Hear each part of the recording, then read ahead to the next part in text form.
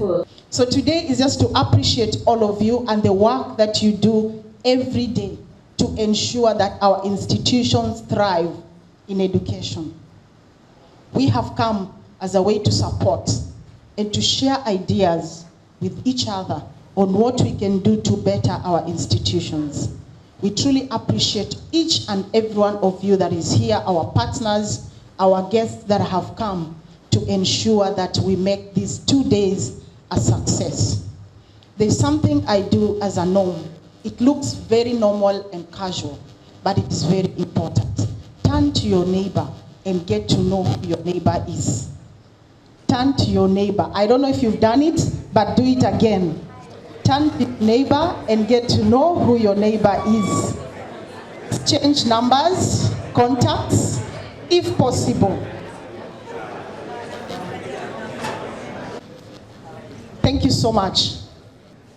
As the leader of an institution, your networking skills should be at a very high level. Sini ukweli? This is seen today. If you have not exchanged a contact with anyone here during your conversation, your networking skills are questionable. And today we are going to learn how to network. Is that okay? We are here to network and to do everything that is in line with, first, what the Lord wants. Secondly, what will take our institutions forward.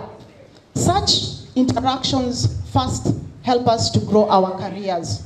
Apart from learning the normal things that we learn every day, our social lives grow. Such interactions have helped us to get our next jobs. Is it true? After today's and tomorrow's interaction, you may never know where your tomorrow will be, where the next institution or your next job will be. So I wish to welcome all of us, the speakers today. We are having very wonderful speakers. What a time to speak about leadership. You are the leaders of our institutions, and you need to know what is required of you to ensure that your institutions get to the next level. Before I sit down, let me appreciate the leadership of Mombasa County, led by Madam Mary Waigi, for the good leadership that you have given this county. Thank you so much for hosting us this day and tomorrow. We wish and hope that we will have wonderful conversation. Have a wonderful day. I will have more to say as we interact. Thank you so much. Asante. When we go to Rome, what do? We do as they do, isn't it? Kwa vivo yangu ni mafupi. Mimi ni mwenyekiti wa Kenya Private School Association Mombasa branch. Majina yangu ni Mary Kanini Waigi. Shule zetu zinaitwa Mary Joy School. Na kila mtu aliyekaa hapa anajua. Wangapi washasikia hilo jina? Wangapi wamesikia hilo jina? Mgeukie jirani yako muulize, hujasikia hilo jina? Yes. I run Mary Joy group of schools. We are in Mombasa, we are in Malindi, but we are mostly domiciled in Mombasa. Wakati unaleta watoto wako trip, nitafute. Nitakupatia mahali pazuri pa kuishi. Na pia nitakuonyesha jinsi ya kutembea Mombasa, ili trip yako iwe imekamilika. Kwa hayo mengi na mafupi, nataka nichukue fursa hii kuwakaribisha walimu wakuu ambaye kwa wakati huu umepewa nafasi ya kuongoza shule fulani mahali. Lakini umepewa nafasi ukakalia kile kiti cha dereva ili upatiane mwelekeo ya jinsi shule ile itamove from point A to point B. Kwa hivyo wewe ni mtu wa maana sana. So nataka nichukue fursa hii ni wakaribishe Mombasa once again on behalf of the leadership of the Kenya Private School Association, and I'm great that the CEO is just seated in front of me. Our CEO, karibu sana nyumbani, ujisikie huko nyumbani, na ni matumaini yangu baada ya the 2 days that we shall be sitting together, we shall leave this place different people from how we came. Because I know much is going to happen here. A lot is going to happen here. We have our head teachers seated here, and we also have our principals seated here. We have people from the secondary schools seated here as principals who have never had a chance of handling a CBC child.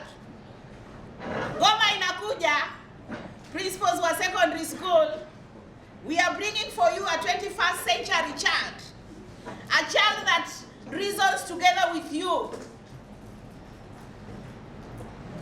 So as you are seated here, be ready. Hatukuletei yule mtoto wa kukaa darasani angoje ulecture kisha wewe utoke. No, we are bringing for you a different child. A child who knows how to research. A child who has interacted with the interactive boards. A child who does not know what a blackboard is. So I believe that kongamano hili limekuja kwa wakati wa sawa, ili tujitayarishe ni mtoto gani tunayekuletea katika gredi ya 10. Jambo moja ninajua, ni mtoto aliye na mwelekeo. Mtoto tayari anajua pathway yake. Mtoto tayari anajua track yake. Mtoto tayari anajua what career they want in future. And we are speaking about a child who is between 13 to 14 years. So I believe that kongamano hili limekuja kwa wakati wa sawa, na tutaelimika na tutatoka hapa tukiwa kama tumeelimika zaidi. Kwa hayo na mengi mafupi ama marefu, nataka kuwatakia kila laheri tunapoendelea katika siku 2 ambazo tutakuwa pamoja. Asanteni. How many of you know the vision of the competency-based curriculum? What is the vision, walimu? So the vision of CBE is that by the year 2030, we should have 3 E's. And this entails that those learners, they should be, number 1, empowered, they should be ethical citizens, and they should be engaged. Thank you. Who is very well versed with the competency-based curriculum, meaning an engaged, empowered, and an ethical citizen. Meaning we have to have transformative minds for us to be able to package our institution in a way that it aligns itself with the Vision 2030 so that we can be relevant. And how are we going to do that? When you look at your various schools, you have a mission, you have a vision, you have a motto. Have you gone and changed your vision, your motto, to suit and align yourself to the competency-based curriculum and to align in the vision of the competency-based education in this dispensation, especially at a time like this when we are doing the 4th and final rollout into senior school? To jot down your vision. What is the vision of the institution you represent? What is the mission of the institution you represent? What is your motto? What motivates you? And how are you going to align it to the competency-based curriculum? We've been told about the vision of competency-based curriculum. What is the vision? Nurturing every learner's potential. Does your motto, does your vision, does your mission align? We are at the tail end of packaging ourselves and making sure that we align ourselves to the CBE so that we can be relevant. If your motto reads like mine, which was crafted 26 years ago, and I hope my head teachers here are hearing, and they have never reminded me that we need to align ourselves Muko, head teachers were good testimony. You need to remind us to align ourselves to the competency-based education so that we may be relevant. Otherwise, the train will leave us at the station. But that is not our portion in the name of Jesus Christ. Finally, we need your support. We need your advice as the technical persons on the ground, to be able to see what we can see, to be able to fathom what we cannot fathom, to be able to empower not only the child but the parent in the institution, to work harder and smarter so that we can actualize and come out, produce children who are well cooked and well prepared. And in your schools, for those doing senior secondary school, hebu nione mikono yenu. Senior secondary mpo. Thank you. Thank you. I can see ndio how. Senior secondary schools. How many pathways are you going to do? Are you going to do all the 3 pathways? Are you going to do the 2 pathways? How are you going to organize yourself on the subjects which cut across? And the pupils who also want to take subjects that cut across. Tuna kibarua. And we need to strategically think and work around that to make sure that we transit very easily and we work smarter to our destiny. And we guide the children. I'm glad this conference, CEO, thank you very much, will empower us to understand all these paradoxes that we have. By the end of the 2 days, during this conference, we shall go empowered, engaged, and we shall be also ethical teachers and managers of our institution. When you look at competence-based education, and then you look at the CBC, the curriculum, we have a vision, which my friend here said so well, that engaged, empowered, and ethical citizen.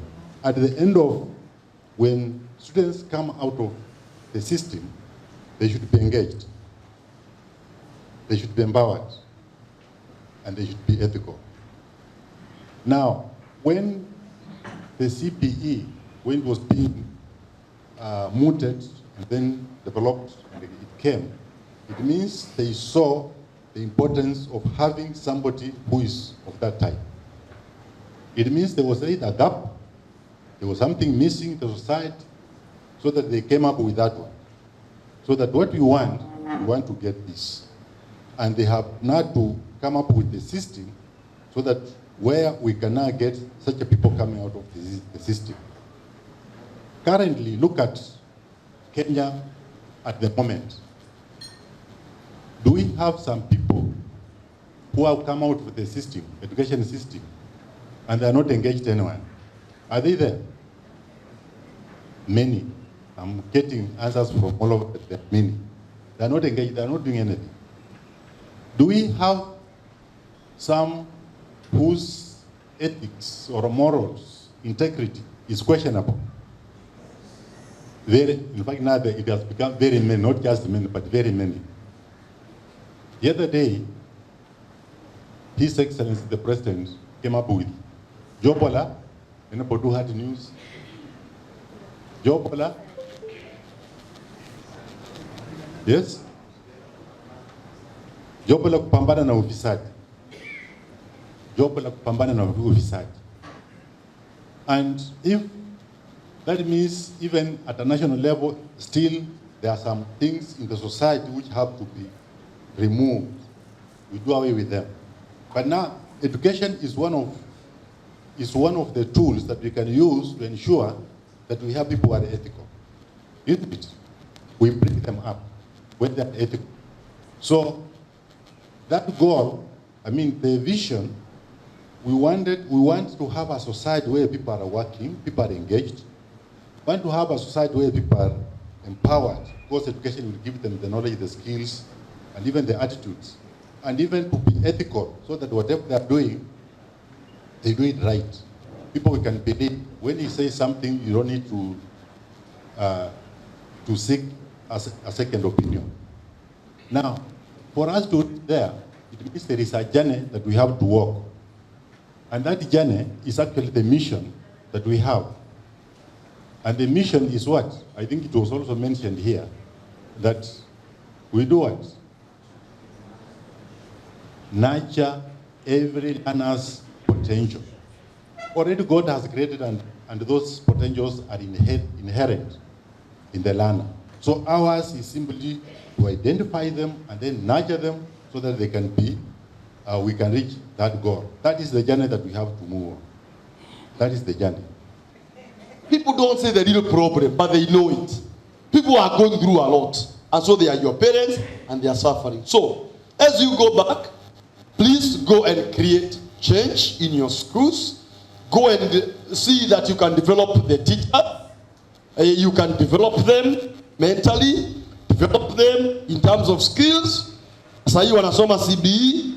Wajaribu sana waelewe. Waweke programs ya kusaidia. Then empower your parents. Please empower your parents also. Empower your parents. Empower your parents. Number 3, help the students to know their talents and even to appreciate masomo. Make the school learner friendly. Wekeni programs, wekeni IT, wekeni mambo ya karate, mambo ya taekwondo, weka programs nyingi ndani ya shule. The parents can support if you give them a good reason to do so. Am I communicating? Kuna programs, participate. Kama kuna music festivals, kama kuna nini, wacha watoto wako wa participate, because those are the things that are important today. Make sure you develop them. The other one, number 4, is the infrastructure. Make sure kuna kitu inafanyika ndani ya shule. Make sure shule inakaa presentable and so forth. Don't just sit back and wait for things to be so bad. Please make sure you do that. Then, if you do that, you are doing transformational leadership. Now, the same deputy is to make sure the quality assurance standards in the school. The work of the coordinator is to ensure these 6 teachers have lesson planned. So, coordinator, have your 6 teachers done their lesson plans? Yes. But the deputy comes in and says, what is the quality of these lesson plans? All right? What is the quality of this lesson? Are they lesson planning as per the standard set? So that is now goal number 3. If 100% of the teachers are following the quality assurance standards, all audits are done, and the deputy has assessed teachers twice a term, he has met his goals. Same to the coordinator up there. Then the principal comes in. The principal, those 50 action plans, you remember those action points? He must ensure 85% of them are implemented. Why am I saying this? You are the driver, you are the pace setter of the school. Don't run a school where we say something and we don't do. We say something and we don't do. We say something and we don't do. So your work is to ensure the action plan, the action points agreed upon, 50 of them, 85% are implemented. Why? If we implement them, improvement will be seen. If I went to class and we did exercise book audit, and we realized students do not label the diagrams properly, and the action point was, we are giving teachers 1 week that all the diagrams drawn in the book must be redrawn and labeled properly. After 1 week, you'll go and do the audit again, and you'll find they are drawn. See, there'll be improvements. And going forward, nobody will want to repeat that exercise. So teachers will be keen to ensure all diagrams drawn are labeled properly. That is what I'm trying to talk about. So it's your work as the head to push and ensure all these action points are implemented. Why are we doing that? So that 80% of our learners can exceed what? Expectation. The principal also has to, at least once, assess every teacher, at least once a term. Where umesoma hii report ya coordinator na deputy about a certain teacher, and you realize, why is this teacher struggling around classroom management? Let me pick a form, a separate one, a different one. Go and assess the classroom management of this teacher and see how I can develop this teacher, not send this teacher away. Develop that teacher. And at the end of the day, the one goal of the principal, goal number 2, is that if you have 20 teachers in school, 80% of them have to meet their targets. So you have a bigger role. If 80% of teachers meet their targets, that means 80% of learners in the school exceed expectation.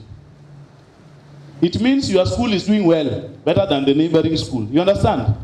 And it means parents will be happy because majority of the learners are scoring A's. And it means you'll start having, I don't know, I want us to move. Why am I saying this? Performance management. I want us to move away from these schools where admission is always ongoing. Term 1, ongoing. Term 2, ongoing. Term 3, ongoing. No. I would like us to work in a way, performance comes, these children come. Are you getting? Parents come until there is a waiting list. Hiyo shule kunanga vacancy. Have you ever seen a principal being called, mwalimu niwekee chance? Ikitokea tu hivi. Hata kama unataka kakitu. Unajua vile wao mnafanya. I don't know if you're getting my message. Yes, we will admit. But the ones we have, let the director have a headache of space. It has happened in one of the schools I was doing this system in. We had to close grade 3. To may admit up to 105. We have no more space. And you have 36 in waiting.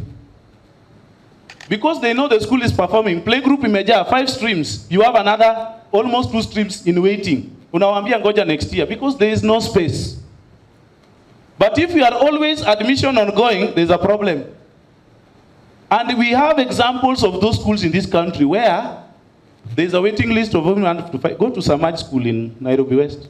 They always have a waiting list of up to 500. Are we together? Hello? I'm not saying we don't admit. I'm saying, can we raise performance to a point our schools get filled because people know we perform well until there's no vacancy. Interpretation of curriculum to the teachers. This is now where we mess up everything. And somebody said, the heart of effective learning lies in the correct interpretation of the curriculum. That is the engine of CBE. If we cannot be able to interpret the curriculum very well, then we shall not be able to bring out learning in our schools. How do we interpret the curriculum? I'm happy this morning that I'm talking to the group that steers the curriculum in the school. Last year I had a forum with your CEOs, and Madam Rosa was trying to hammer this interpretation of curriculum, and they were like, okay, hiyo ni sawa, ni mzuri. I wish my head teacher was here to listen. And I thank God this morning for you, because you are here to pick it. Please let us interpret the curriculum so well. Where do we get the interpretation of the curriculum? It is from the curriculum design. Where do we get the designs? Most of the time I get calls from private school teachers. Where are we buying those designs? We tell our CEOs we need the design. Mwalimu, where do you get the designs from? Which bookshop? Yes? Any bookshop? And somebody tells me, you see, they stopped even bringing the syllabus. Sasa hata sijui tunatumia nini. Hakuna syllabus. Please, we visit the website www.kicd.ac.ke and we'll get all the designs. Remember, we have different designs in the website. Like in the junior school, we used to have, that was not the rationalized, and we had the rationalized one. Which one do you use? The rationalized one. Because you remember we had again in April last year a shift as we were advised by the Presidential Working Party. So we took the advice from the 14 subjects, the 12 to 9. Please let's check what is supposed to be learned. Kenya Alliance, continue doing the good work. So, and I wonder, what I'm going to tell the church that we should talk to you. Thank you. That this is just my life. Thank you. So we'll proceed up to give her the award.